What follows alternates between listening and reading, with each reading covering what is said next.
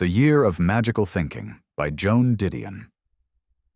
Audiobook summary and review by StoryShots. You can't reverse death by keeping his shoes. Introduction. Joan Didion thought she understood grief until her husband, John Gregory Dunn, died suddenly at their dinner table. The Year of Magical Thinking maps her first year of widowhood with surgical precision. What she documents isn't the grief we expect. It's something stranger. A year where logic collapses and the impossible feels achievable if you just think the right thoughts. Magical thinking is a survival mechanism. When your brain can't process unbearable loss, it creates an alternate reality where the loss hasn't happened yet. She kept her husband's shoes because he would need them when he returned. She couldn't give away his clothes. This wasn't denial. She knew he was dead. She attended the funeral. But she also believed, simultaneously, that he might come back. Children believe their thoughts can influence reality. Adults experiencing trauma regress to the same state. You know your husband is dead.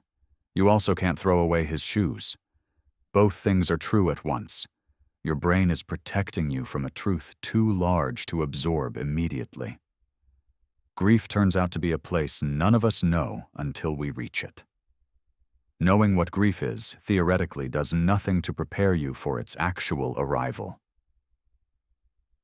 Memory becomes unreliable evidence.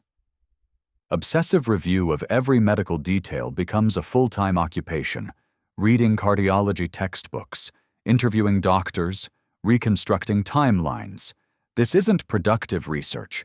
It's the brain trying to find a crack in reality where different choices could have produced a different outcome. You remember conversations that never happened. You forget major moments entirely. Memory isn't playback. It's reconstruction. And when you're in grief, you're rebuilding the past with broken tools. The stories you tell yourself about what happened aren't lies. They're the only way your brain can organize chaos. We might expect that we will be prostrate, inconsolable, crazy with loss. We do not expect to be literally crazy. Memory in grief is a broken witness, and that's exactly what it needs to be. Time stops making sense. Grief destroys your relationship with time. Days pass, but you don't experience them as forward motion. You're trapped in a single evening that keeps repeating. Meanwhile, everyone around you lives in linear time. They think healing is happening because months have passed. They expect progress. You experience no such thing. The world moves forward. You don't. People talk about moving on as if grief is a location you can leave. But you're not moving through grief. Grief is moving through you, reshaping everything it touches. Your identity, your sense of continuity, your belief in the future. All of it gets dismantled. And everyone watching from outside thinks time is healing you. Time is just exposing how much got destroyed. If you're grieving, stop believing you should be somewhere you're not yet. And if you know someone who's grieving, stop expecting them to return to normal. The craziness is receding, but no clarity is taking its place. If this changed how you think about grief, someone in your life probably needs to hear it too. Final summary.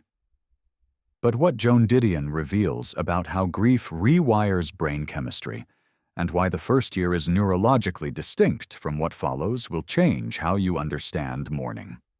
She also maps how grief intersects with guilt, why widows face unique cognitive challenges, and the medical research connecting sudden loss to physical illness. The Year of Magical Thinking isn't just about one woman's year.